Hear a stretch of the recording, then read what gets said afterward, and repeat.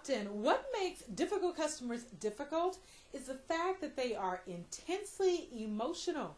They are upset, angry, irate, or ballistic. It is impossible to address the real issues the customer has experienced until we first address the emotion of anger. In this segment, you will get a crash course in the psychology of anger, and as a result, you will find that understanding and coping with angry and difficult customers is not quite so difficult after all.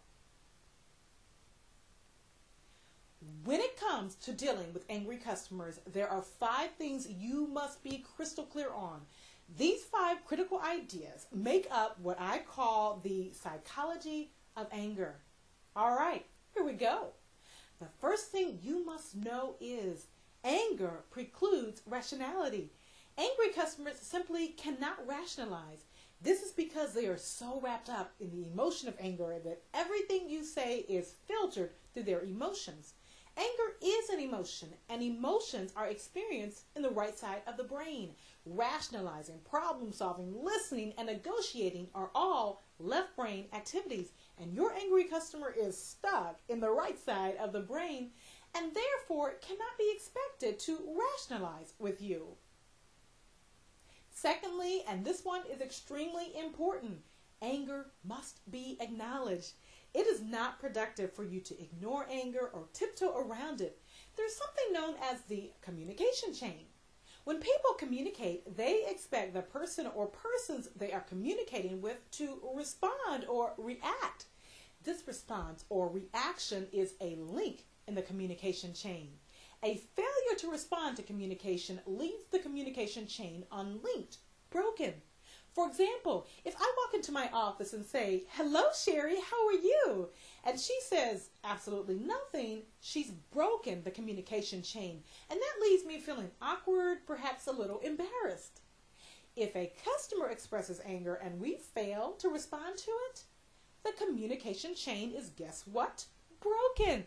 And the customer feels like they are not getting through, that you are not listening. So the customer may speak louder to make his or her point. They might become even angrier and more difficult as they are resorting to whatever it takes to feel heard and understood. You can keep your angry customers from getting angrier by acknowledging their anger and responding to it.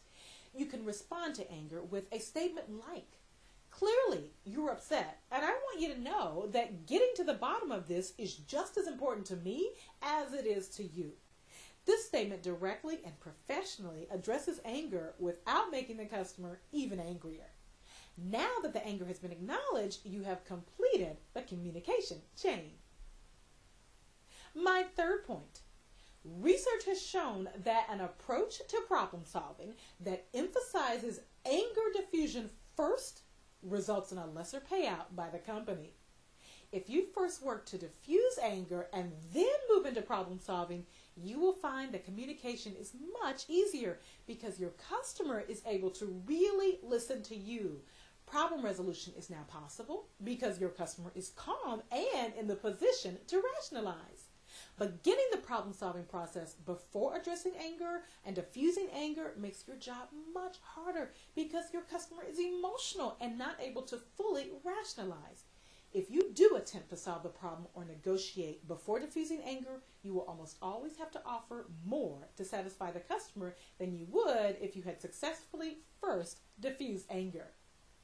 Now that you know that anger precludes rationality and that anger has to be responded to, make sure you don't ignore the customer's expression of anger and that you always work to diffuse anger and create calm before beginning the problem resolution process. When you do this, you'll quickly find yourself responding to anger with much more ease and confidence. All right, 4. The issue is not the issue.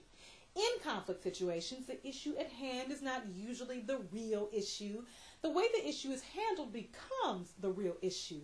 What really matters to customers is not the $2 overcharge or the fact that their order for cranberry red paint is actually holly berry red. What does matter is how the company responds and resolves the issue.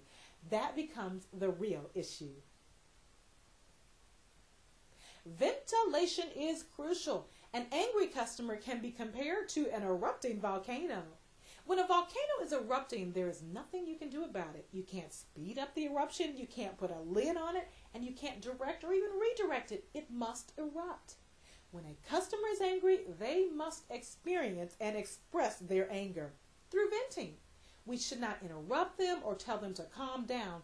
This would be as futile as trying to tame a volcano. A volcano erupts and eventually subsides. Your angry customer will vent and eventually calm down. When you're dealing with angry customers, make sure you acknowledge their anger, allow the customer to vent, and carefully handle the issue with diplomacy and tact.